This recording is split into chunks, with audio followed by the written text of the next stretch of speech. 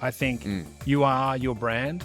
Now, you can shirk away from that. You can do a million other things, but at the end of the day, you are your brand. And if you look at even brands like Virgin, how many followers Virgin has versus how many followers Richard Branson has. Same goes for Elon Musk. There are companies that may have the examples in the opposite, but generally speaking, people don't follow companies, they follow people. Everywhere you turn, there's a new marketing framework. And every day, a new technology gets launched to take advantage of that latest marketing trend. But as a marketer, it's hard to move beyond high-level theories and get work done. And it's getting harder to manage the latest MarTech developments.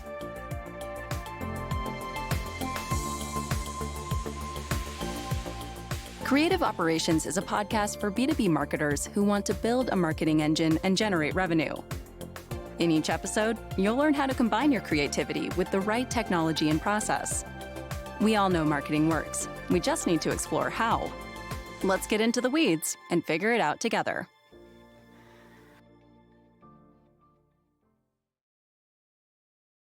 So, Mike, you've now founded several different successful companies, and we'll dive into what those are specifically shortly, because I want to hear a lot about that. But before we do, have you always had this like entrepreneurial bug, or did it come later in life?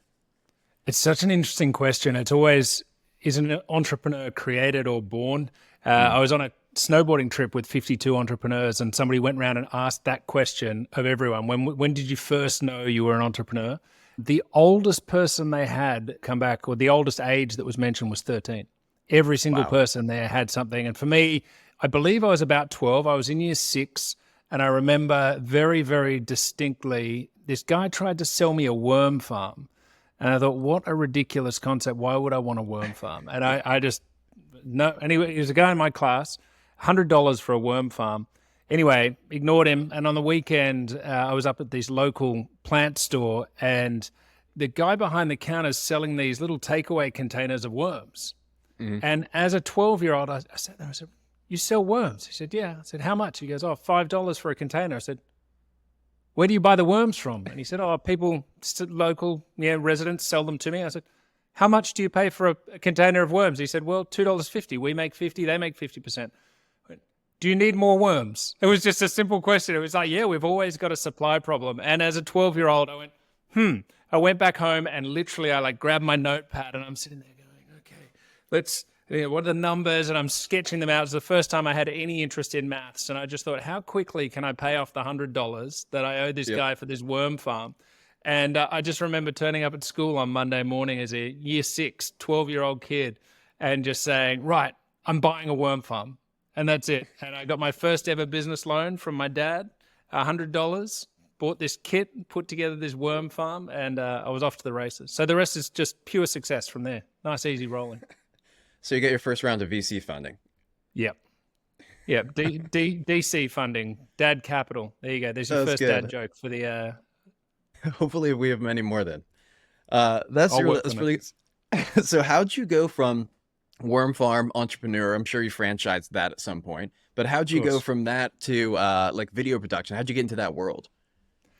It's interesting. So video production for me was always a passion. It was never a career. It was never something I was supposed to do to make money, right? And as I started to try a million different things to make money, I looked down every path, could I be in the finance sector? Could I do this in business? What could I put together? All of them were not failing, but just not going where they were supposed to go. And in the meantime, on the side, I just thought, well, I know how to make videos because I love it, right? I just do it for fun.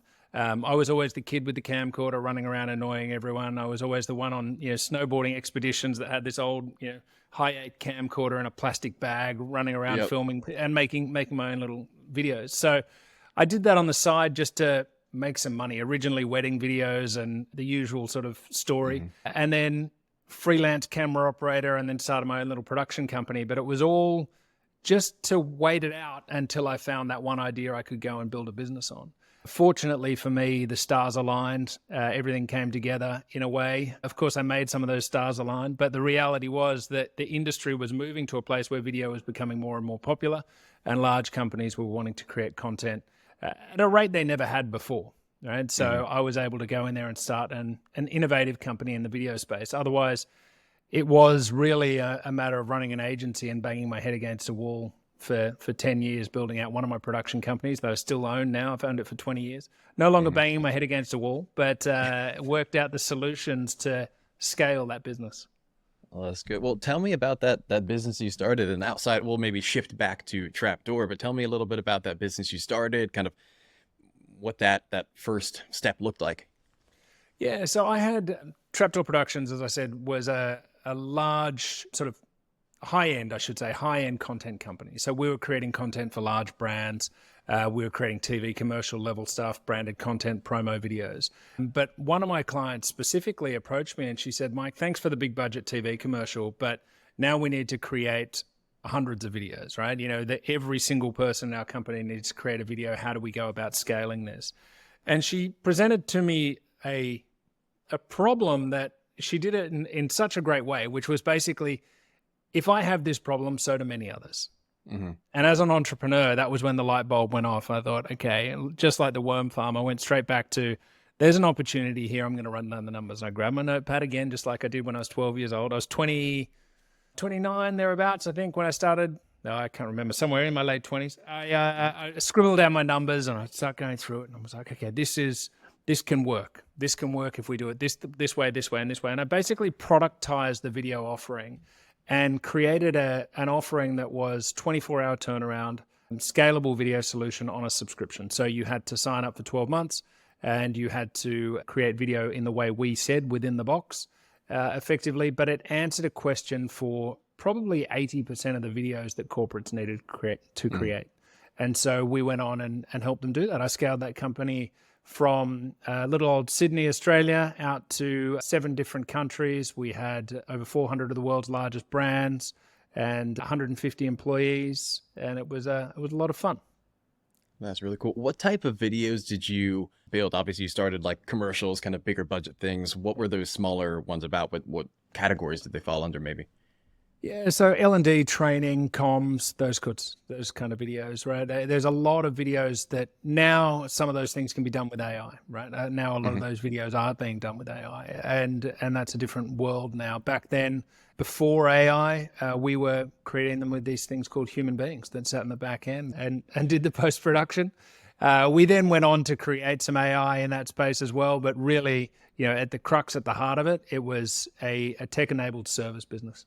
And how, throughout this process, you've already kind of pushed in this direction, how has your perspective, I guess, on video content evolved over the years with all these new technologies? It seems like we're going faster than ever, these last few at least. Yeah, everything changes and everything stays the same. Right? There's so much that's moved on, but a lot of it is cyclical as well and comes back around to a call for quality and people wanting to create nice high-end video again, which is great. It's really nice to see. And we're winning some jobs with Trapdoor where we're creating some really nice high-end content. And I love seeing that come back around. It almost just went out of vogue completely. But then you also have the kind of content where people can pick up a camera and shoot something themselves, and it's great and gets the cut through. It's just about knowing who you're creating that content for and what your goal is with that content. Maybe pushing into that a little bit more. When is it right to go maybe more of the traditional higher end route for something? And when might you be okay, using an AI tool maybe to develop content at a different scale than you would the former?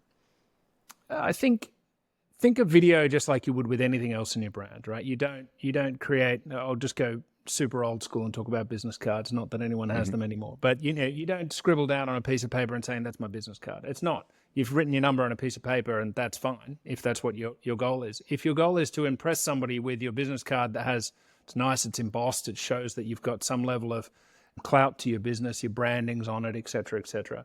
That's your high-end video, right? And don't give across something in between. I think the most dangerous area is in between, where you're trying to create something high-end on a cheapy budget, as opposed to saying, no, this is just ethereal content. I'm just creating it on my phone, flicking it up online. It's me, raw and real. Well, that's great. And there are ways in between that to create things with AI as well. AI is so powerful at things like putting subtitles on. Like, man, I'm so glad it's just done that because that was a pain in the ass for everyone. Like, sitting there as an editor, because I was an editor originally when I got into this world, and I'm sitting there going, oh, I spelt that one wrong. Okay, now what did he say there? Oh, okay, now that is something that AI can have and keep, right? Happy days, it's gone. As far as actually editing an entire video for you, it's not there yet. It's not. And if you want to create something really cool with no meaning or purpose or direction on what you actually need to get out of it, AI will do it all day, every day, and you'll wow the socks off people. And we've all seen the videos of, beautiful old mining town. Okay, great. Now give it to me in my branding with exactly what I need to cover, and turn left on that street and go down, and I want that to be a butcher with this kind of meat in the front window. No, like it's not there yet. It probably is, but not publicly available. And I think it will be very soon. I think where we are right now, we still need the creatives. We still need the high-end content for creating that beautiful brand video and that brand concept, which is still very important to large corporates.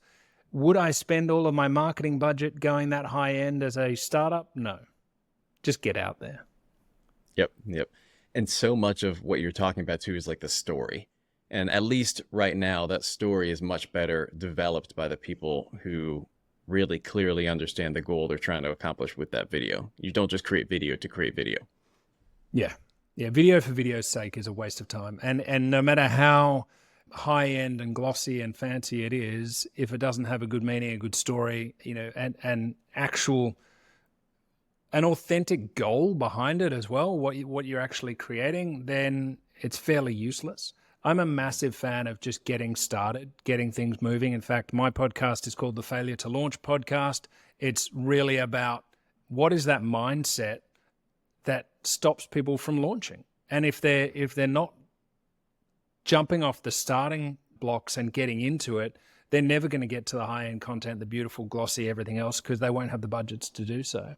And also, they won't have trained that muscle. So I'm working with some clients that have serious budgets. They've got a lot of money lying around. They run law firms, other things, but they've never trained that muscle of creating content. So when they lean into trying to create high-end content, it falls flat.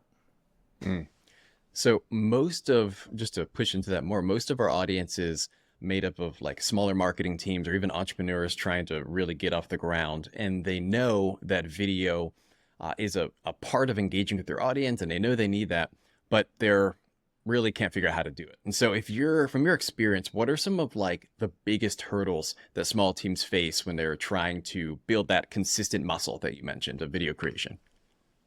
Yeah, I think it's biting off more than you can chew is the first thing. Everyone wants to create their, Cannes Lion award-winning, incredible piece of content. So they'll throw everything at their first piece of content and then have nothing left for their second piece of content.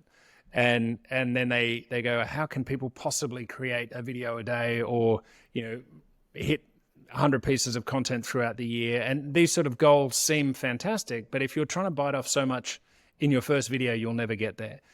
Creating small baby steps, it sounds obvious, but it's extremely important. The other thing is batching content.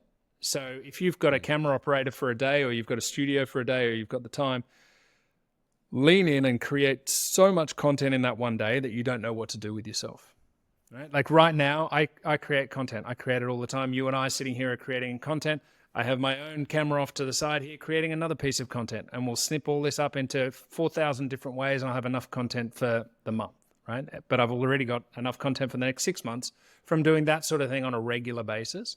And if you lean into the kind of content that you can create consistently, it's like a diet, right? Don't go on a diet that you can't stay on for life. That's good. How do you guide your clients around how to think about video content creation? Like how it fits in all the different aspects of what they're doing. And so they're not just haphazardly making content and then kind of sitting on that and not knowing what to do with it. Yeah, I think the best line there is do great work. Like I'm talking agencies, I'm talking companies that are service-based companies here as well, but same with tech companies. Do great work, then broadcast it.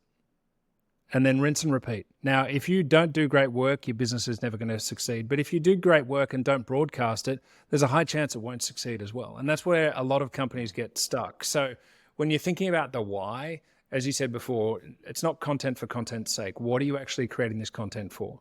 Well, you want to get your message out there about the kind of content the kind of work that you do, the great work that you're doing. when you're working with clients, we'll talk about it. You know, I have this great company here in London that does removals, and all he does is removals. He's just a guy with a van, runs around removing. But every time he does a good move for someone, he grabs his phone straight afterwards, sweaty and disgusting, and just goes, "Do you mind if I just quickly do a quick video with you?" Selfie mode. "Hey, we're here with Mike, and I just moved a house for him. You know, how'd you find it?" And that's just a dirty selfie video that he literally, you know, sprung me on the spot. And I went, "Oh, it was great. You know, definitely anyone, if you know him, use him. He's fantastic." Next week, that's on his social. And now I see him on my social media all the time with these funny little videos. And I find them, you know, entertaining at least. But for me, next time I think of moving, he's top of mind because I see his videos there all the time. I see other people trust him. It's so simple, but people don't lean into it. Mm-hmm.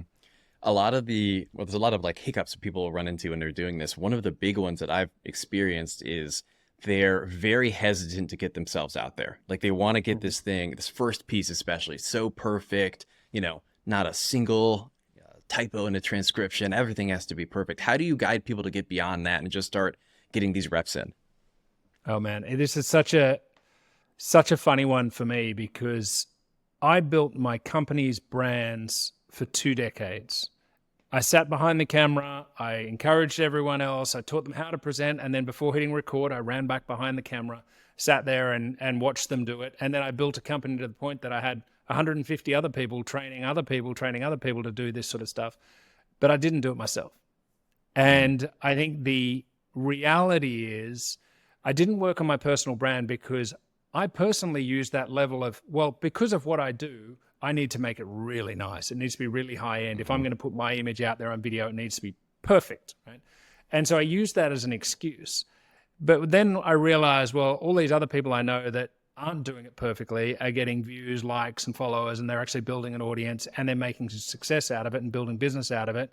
And as a founder, I realized that once you come out the other side of a company, exit successfully or not, you are back to being you, and it's just you. And that brand that you've tied yourself to building for so long is no longer yours, whether you like it or not. And whether it was good or bad is indifferent. The point is you're then yourself again. I think it is so important for founders to lean into their own personal brand, build their own personal brand, because that's something that can never be taken away from you. You can't sell it. You can sell it in the way that you can sell the goods and the businesses that come off the back of it, but it will not be taken away from you. And when you do sell it, you're not selling yourself. Right? So that is so important when you come out the other side as a founder. The perfection trap, you know, I used to have this saying that I'd always do with my team, which is, what's better than perfect? Done. Right? Just get it done. Just get something done, get it out there. People buy the authenticity that goes with creating a video that makes mistakes. I stuff up so many times and ums and ahs and stumbles, and my little thing, my daughter loves it, but I don't know why when I'm trying to deliver a script and I mess it up, I just keep going, yep, let's go, you know, and I dive back into going another one. And my editors have cuts of me doing hours of that as just, I look like a complete idiot. I'm happy to put that out there. Yeah, that's good. Now, why video? Like why would you push videos being like the medium through which you should do this, as opposed to, you know, just a sit in maybe written word or audio, I don't know, something like that? Because people buy from people. It's the easiest answer. Business is about buying from people. It's about buying one way or another. You have to be selling a thing. You have to be buying a thing, right? Whatever it is that you're doing. A lot of people forget that in business, but it is effectively one person buying from another person. If you know and trust that other human being, you're going to buy from them, right? If you don't, you're not. There's a thing called this unfamiliarity bias. And it was actually the head of people at Google that when I was selling a product into him, said, I absolutely love this. This gets over the unfamiliarity bias. And I thought, okay, well, this guy's clearly way smarter than I am. What's the unfamiliarity bias? Oh, well, every time you meet someone, you're spending that first 30 seconds or so using mental energy, working up, do I trust this person? Do I like this person? Do I want to let this person into my world or not? And it's all because your brain has said, danger, I don't know this person. The second you have seen that person, whether it be on a video call, whether it be online, whether it be, you know, them talking in a video, they sent you, whatever that might be, when you come into their world, you're familiar. And I found this all the time. When I was selling my content at the previous company, I would walk into a large corporate, waiting room, and it's like speed dating. It's always funny. They have to work out which one is it, which, I've spoken to them on the phone. But in my case, they'd walk straight over to me, be like, Mike, I feel like we know each other. I've watched your videos so many times. Come on in. And I'm sitting there. I've never seen them before. I don't recognize them. But because of the videos I've sent to them and they've seen me online and they've seen my content, they feel like they know me. Mm-hmm. I've seen some founders who are struggling with that, like the comfort of posting, try to outsource or maybe delegate the responsibility of that within their company. So they'll hire the marketing person to go start making videos. Model. Yeah, exactly. The model. Just find someone handsome that says they do video and you should be good. Yeah. Do you maybe recommend against that typically, at least in the beginning, to figure out the system? Is there a place for that? What are your thoughts on that? I, as an entrepreneur, will always try and outsource everything because I'm all about, and my buddy Dan Martell has a book called Buy Back Your Time, which is all about, bringing on other people to then buy back your time. I think this is something that you cannot outsource. I think you are your brand. Now, you can shirk away from that. You can do a million other things, but at the end of the day, you are your brand. And if you look at even brands like Virgin, how many followers Virgin has versus how many followers Richard Branson has. Same goes for Elon Musk. There are companies that may have the examples in the opposite, but generally speaking, people don't follow companies. They follow people.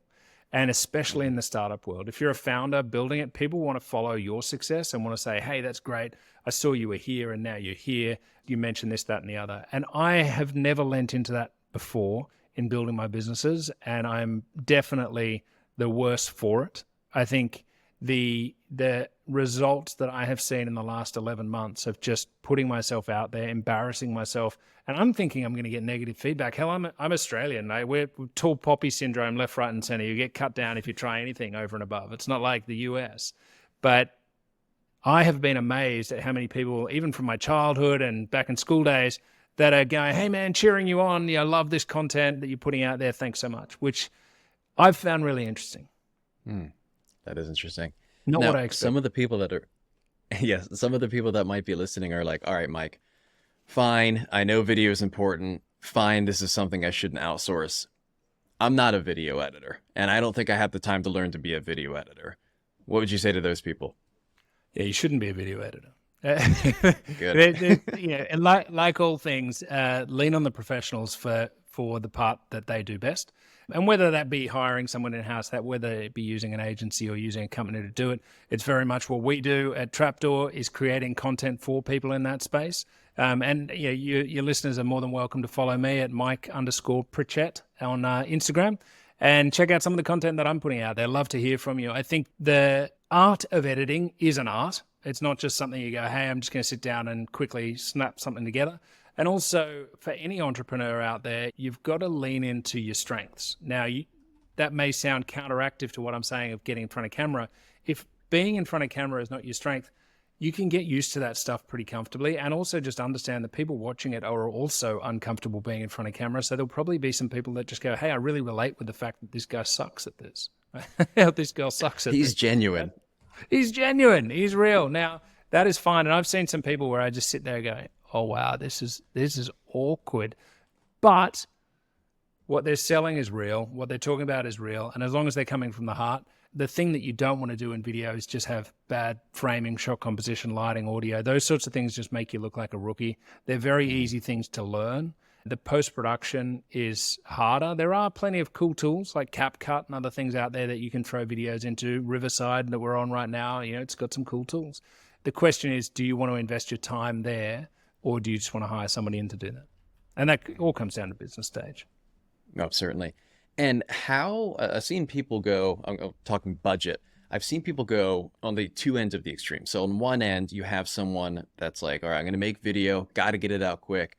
I'm going to set my phone up, press record, start recording, and then press stop and post it. And they spent nothing on it. They posted it up. You see this is the last section as they're pressing stop? Yeah, exactly. Or it's in the phone, just trim. Yeah, exactly.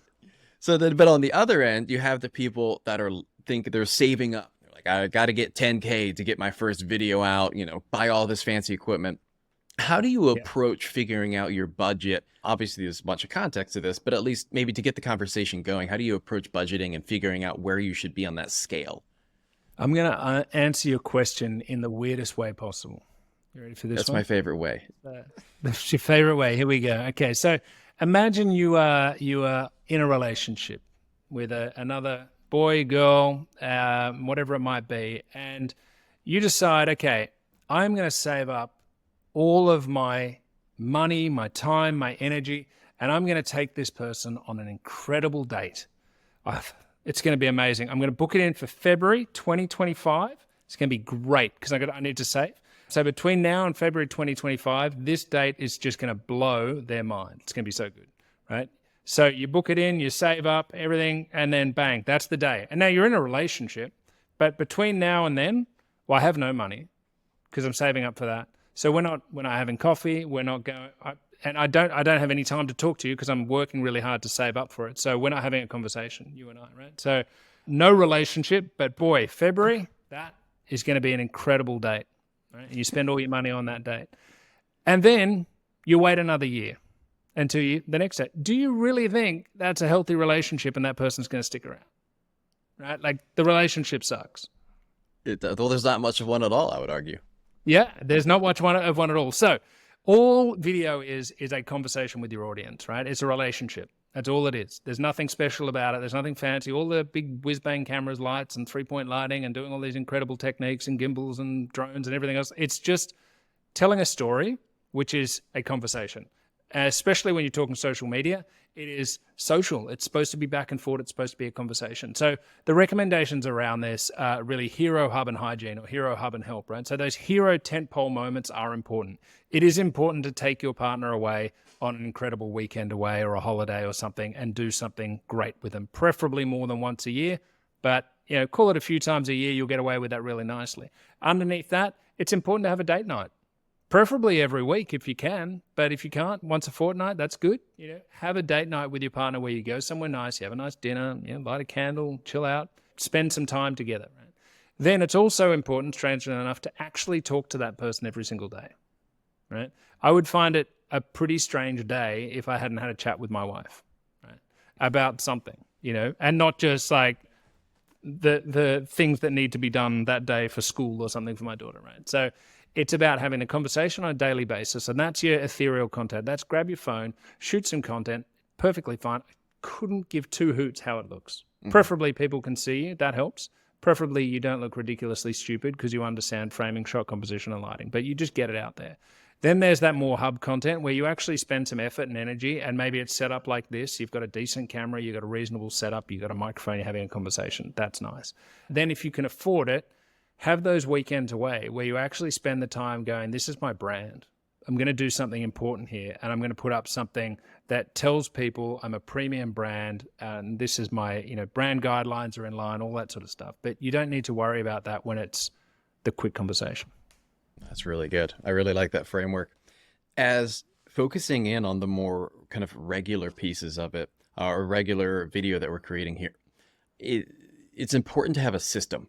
Because if you don't have a system, you're going to sit there and be like, time to make a video and just be totally blank. What do you do to make sure that you're building a system? What are the elements of that system? Do you do like editorial calendars? What does that often look like for you? I'm really super high tech. You ready for this? It's an expensive app. It's called Notes in your iPhone.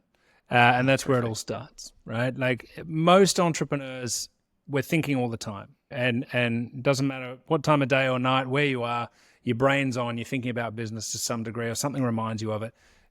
Chuck it in Notes. Like get it, just a note dedicated to creating content. I have a huge list of items there that I want to talk about, things that I want to say, topics that I want to talk about in a particular way, video ideas, all this sort of stuff. I just scribble them down in Notes, and that's my super quick, simple way to do it. And then I just dedicate some time. So my producer, I've got a production company, which helps, but my producer and I will chat back once a week on, hey, we've thought about doing X, Y, Z. But a lot of this, I purposely removed myself from owning production companies and said, no, I'm just going to do it myself. Right? How do I do it myself? And I've set up stuff in a very basic way. And that's why for us at Trapdoor Productions, we offer this 90-minute of content per month, which we just take 90 minutes, we create a podcast, we create the videos around that, we create the snippets from that, and all the founder has to do is give 90 minutes, right? Which is batching that content so we can roll out enough stuff for the month. And that's really, really powerful because the founder doesn't need to think about it until that moment. Now they'll pull out their notes on their phone and say, hey, we've done the podcast, that was great, but here's some other things I'd like to talk about. Great, we'll ask you a question around that. And then we ask the question, they fire off the answer, we start creating a video around it. So super, super simple, but you're right. You've got to have a plan and a structure that actually works with your calendar and your schedule. And then also, if you're putting that content out there, make sure you're ahead of time.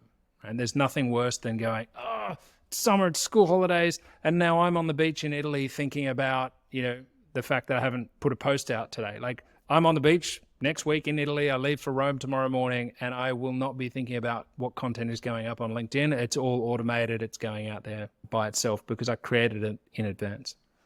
I actually have talked to a lot of people that they even get stuck on that like idea or initial idea collection stage because they're trying to build this big system, build an editorial calendar, get everything lined up, and skip ahead 2 months. They've done absolutely nothing. Yeah. Except people overcomplicate everything. And I think half the time we overcomplicate it so we have an excuse. It's too hard. Oh, I thought about it and I've got to do X, Y, Z. And now I'm guilty of this right now. There are a couple of pieces of content I want to create and I'm like, maybe that'd be better if I delayed that until I get a haircut. Oh, shut up. Put a hat on. Let's go. It's that. Yeah, there you go. So, and you'll see some of the content. Sometimes people are like, so sometimes you wear a hat, sometimes you don't. Yeah, sometimes I've had a haircut, sometimes I haven't. Let's just keep moving, right? And I've switched T-shirts sitting here and done one shoot one way and then cool, spin around, ruffle up your hair, let's go again, something different. It's just about getting in there and getting it done. And a lot of my stuff does hit the cutting room floor because it didn't look good. Whatever reason, I'll let someone else look over that and say, yeah, you kind of missed the mark there.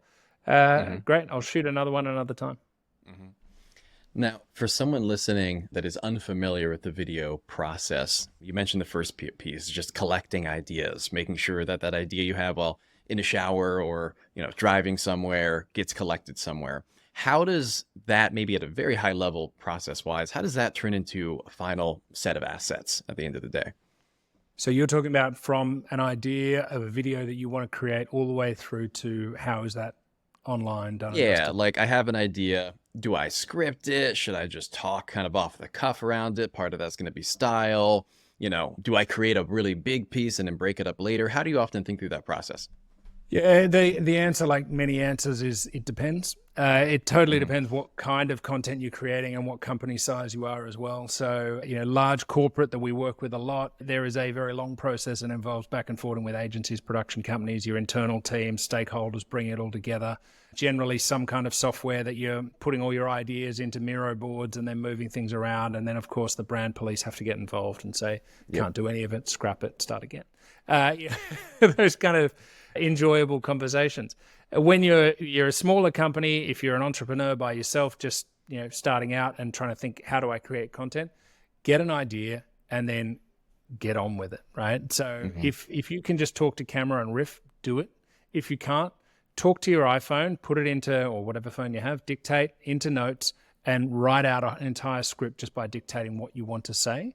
You can have someone else, or you can look over that yourself and say, oh, I repeated myself 1,000 times here. Let's go through, cut it out, cut it out, cut it out. Put it into a teleprompter. There's teleprompter apps you can get for your iPhone that are free. Like, just get something, put it in a selfie mode on a tripod, read the damn thing, right? So keep it really easy and simple to create that content. As far as post-production, it's always good to put cutaways over it, overlays, other shots, other graphics, so that you can tell that story. So if I'm talking about the fact that I love mountain bike riding, well, let's show me a shot of me mountain bike riding as overlay. Those sorts of things are done in post. Quite often while I'm creating videos, I'll literally be talking and I'll think about a shot that I can put into it, and I just come back to it afterwards. I go, I really shouldn't have thought about that during the video, but that clip from me in Queenstown doing that, and then this clip from there, and I'll just write them down, and I'll go back and send them to the editor as one hit and say, hey, here's a video, here's a couple of things that might go along with it as B-roll, and normally it's pretty damn obvious. You don't need to script that out very clearly for them. If your editor's not smart enough to realize that the mountain bike riding shot goes over where you say mountain biking, you might need a new editor. Yep. Maybe. A big part of the goal of a video is to create, grab attention, to create something that's compelling for the people that you're trying to gather their attention from. How do you think about storytelling? Do you have like frameworks that you go to? Is it just if you're talking to the right person and saying the right things, you're good to go? How do you usually approach that? Yeah, there's a lot of tricks, I guess, and I don't want to call them tricks, but hooks is also a bad word in so many people's minds, that you can put into videos for social that will grab people's attention quickly. Mm-hmm. The sad reality is you need to be grabbing people's attention so aggressively on social media because what was the phrase? So an ex-head of production of mine, he's now the head of production for Mark Rober, and he was on my podcast the other day, and he said that people are something like savagely selfish or ferociously selfish on social media with their own time. And I thought, it's true. When I scroll, I have even if I know the person, I'm like, next. Yeah, because you've got, a minute or two to just, scroll through and find something you want to watch. Mm-hmm. So how do you grab that person very quickly? I think obviously relevant, fast, quirky, those sorts of things work. I think as far as a hook that gets people up straight away, often a question. And that question's just, do you have X? Do you have Y? Are you struggling with this? Okay, great. Well, I know that I am or I aren't, in your target market, and I can move on. Or, yeah, okay, that's me. Kind of, what do you got to say? Bugger off. Next. So the first, literally split second will buy you that first 3 seconds. Those first 3 seconds can end up buying you that first 30 seconds. If you absolutely crush it, you got a chance for 3 minutes. But things like social media, it's not even 3 minutes. It's not even 30 seconds. If you can hold someone for that first 3 to 10 seconds, you're nailing it. So cutaways, graphics, overlays, things that are different. I'm a massive hater of irrelevant cutaways at the start. I just can't stand it when someone tries to fool me, because you come back. So if somebody puts up this amazing shot of a motorbike doing an incredible, wheelie down a highway or something, and then suddenly they cut in sitting at their desk going, have you got troubles with your sales? Really? Go away. Like, show me the rest of the motorbike video or bugger off. And the reason I hate that is because what you're instantly doing is telling me not to trust you. Whereas the whole purpose of, if we go back to the purpose of video, it's a relationship, right? You're trying to be in a relationship with this person, yet you're starting with deception. Why would you do that? Right? So I do like one that I saw that I think was rather interesting. We've all seen that video of that kickboxer, and she just does this amazing roundhouse spin and kicks the Coke bottle, like the plastic Coke bottle. I don't know if you've seen that one, but it's a really powerful sort of video. He did this hilarious one where he starts with that clip, and I'm watching it because I'm like, I love this clip. And then the Coke bottle gets kicked out of the shot, and then he's in the other shot in somewhere completely different and goes, and catches this water bottle. He goes, hey, I got a lead, and starts talking about sales. I was, okay, kudos, clever. I like that. I'm going to watch your video, right? So those sorts of things are fun, and I like them. He would have done that on a very low budget. There was no need to spend money on it. It was a clever hook, and it got me interested. It was a trick, but it wasn't deceiving. That's really good. It really comes all down to what you were talking about earlier in developing that relationship. Is you wouldn't deceive someone you're trying to find or develop a long-term relationship. You wouldn't trick them into something, but you also wouldn't sit down and make them watch a 30-minute video of you talking about nothing. Exactly. And so that's where if you're not adding value in every conversation you're having, you're not going to move forward. It's the exact same with video. A lot of the listeners here are from the B2B context as well. And there's a question that always pops up is like, is my story different for B2B versus B2C, or is everyone an individual? How do you think about that difference? Is there a difference? Is it worth exploring, or is it just create content that's good for your persona or your ICP? I think it's always create content that's good for your ICP. You've got to know exactly who your ICP is that you're going after. As far as corporate versus individual, B2B, B2C, there are nuances. Like I've been in B2B enterprise sales my whole life, right? That's kind of my world. But at the end of the day, it's people selling to people, and it's individual relationships with people, and people buy from people. So if you can build that relationship, that trust with that person, then that's what's most important. I think more and more as well, The veil of I sold to Google is disappearing, right? You don't sell to Google, you sell to a person at Google. And even if you get a deal with Google, you didn't get a deal with Google, you got a deal with one person at Google. And now I've been through the process. Once you get to the stage of actually getting a deal with Google, that's a different conversation, right? Now, great that you got to that point, but that's true B2B enterprise across the entire enterprise. That's a lot further down the path. I think the way in is always through a person. So my content, whenever I talk to somebody about presenting, my first thing that I tell them is deep breaths, relax, calm down. Your best friend is down the lens, right? You're having a conversation with your best friend. And when you look down the lens, and every time I see a lens, I'm reminded of it, I just sit there and I go, my best friend's down the lens and we're just having a chat, right? It's not, I'm talking to an audience, because that doesn't get any level of authenticity across. And so the kind of content you're creating for big corporate and the kind of content you're creating for an individual should be the same.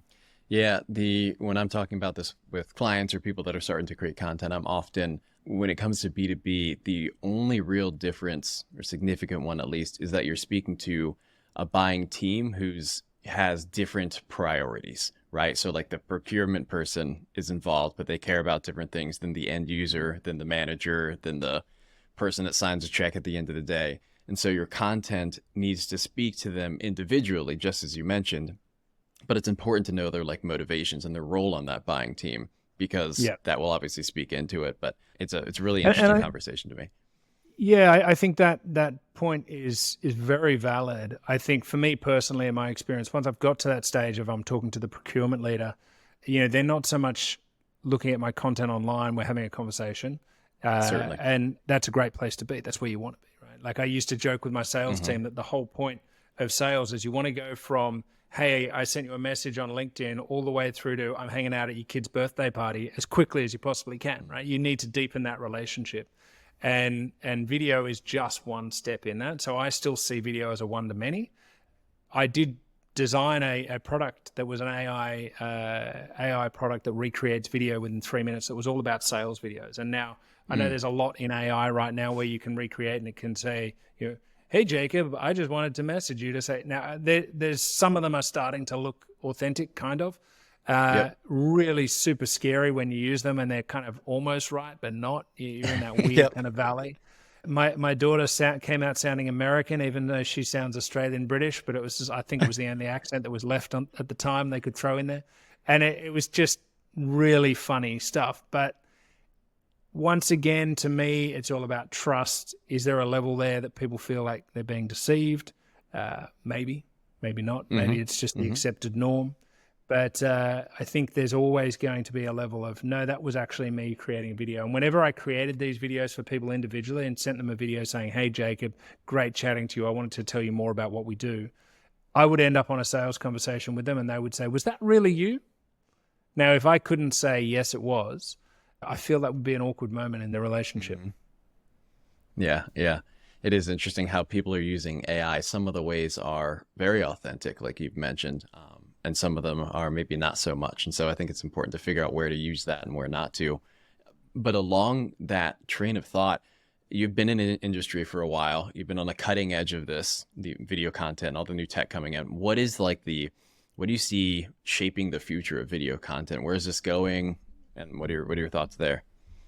Oh, video's dead. No, it's not going anywhere. It's done. It's done. We're all going to live in a virtual world. Yeah. We won't need any more. I'll meet you in the metaverse. It is funny, the amount of things that have come out, and I remember my first VR experience where I sat there in a virtual reality world fighting off dragons and had them above me and everything else. It was incredible. I had the goggles on the whole bit and I was told this is happening. This is the future. It's coming very, very soon. And this will be exciting. And I was excited about it. That was 1998. And right around the corner.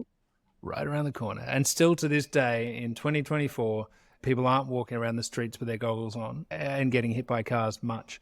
It's happening a bit. It will happen over time. But video, as it stands today on a flat screen, as it is, I think has a place to stay. I really do. I think it's just a simple means more and more people are wanting to disconnect from screens rather than engage even further. My daughter is playing on things like Roblox and all these sorts of things. She is in virtual worlds. She's used to living in there, but even within there's other things that have video within them, right? And I know people watching screens within screens, right? And that's there's a future there as well, but still it comes from people creating content, maybe not in Roblox. I think the future of video is going to remain about authentic relationships. What form it takes, whether it will be more high-end, more scrappy, I think that will continue to fluctuate. It's a pendulum, right? And it goes back and forth depending on the economy, depending on budgets, depending on what people are bored of at the time. Right? We all get bored of the fads that come in, and everyone goes, "Oh, this is the next video. You've got to create it this way," and then you see too much of it, and the pendulum swings the other way. So I think that will continue to happen, but the people that create consistent, authentic content and a scene over and over again will win out of the video world. It's just like having a shop on High Street, right? If you walk past that shop every other day and it looks interesting, you're sooner or later going to go, I may as well just go in, right? And that's why I think that level of consistency in creating content is extremely important. Yeah. Your note on the pendulum of where kind of a lot of people are creating content is really interesting too, because there's a lot of wisdom in actually doing the opposite of what you're seeing. If a lot of your competitors are doing super high-end scaled type content, doing some crappy video on your or scrappy or crappy on hopefully it's not crappy, scrappy video on your phone actually might stand out a lot more, or vice versa. If a lot of people are doing that, really investing in a really strong video can make you stand out a ton just from that one difference. And it's interesting on the scrappy crappy versus high end. I look at Richard Branson, for example, right? Like no one's gonna doubt that guy when it comes to can you do it and do you have the budget to do it well? Of course he does, right? But I've seen videos of him that are super scrappy, and they just make me feel like, hey, you're just a regular guy, right? And that helps in his branding. We saw Mark Zuckerberg holding a lav mic, like. It's not for lack of people around him to tell him not to hold a lav mic because it's the stupidest thing you can do with them. It's because that was just the thing that everyone was doing, and it made him look like a regular Joe, right? So it's about thinking about the kind of content you're creating, but I think you're exactly right. If people are running in one direction, generally run in the other, and you'll get noticed. That's good.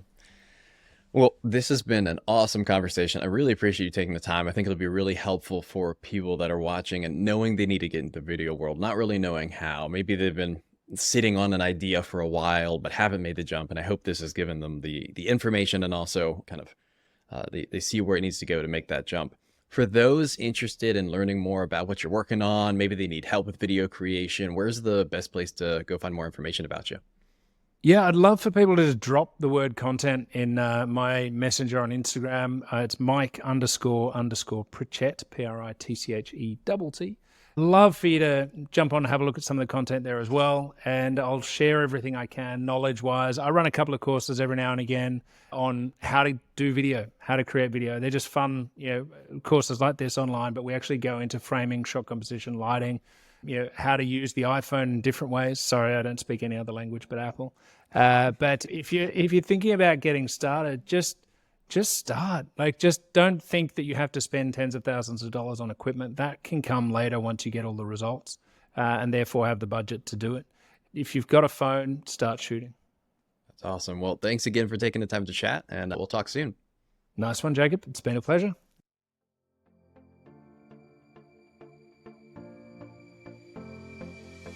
Thanks for listening to this episode of Creative Operations, the podcast for B2B marketers who want to get into the weeds and figure out how to get work done. If you enjoyed this episode, make sure to follow Creative Operations wherever you listen to your favorite podcasts, or access all episodes at marketsindemand.com/creativeoperations.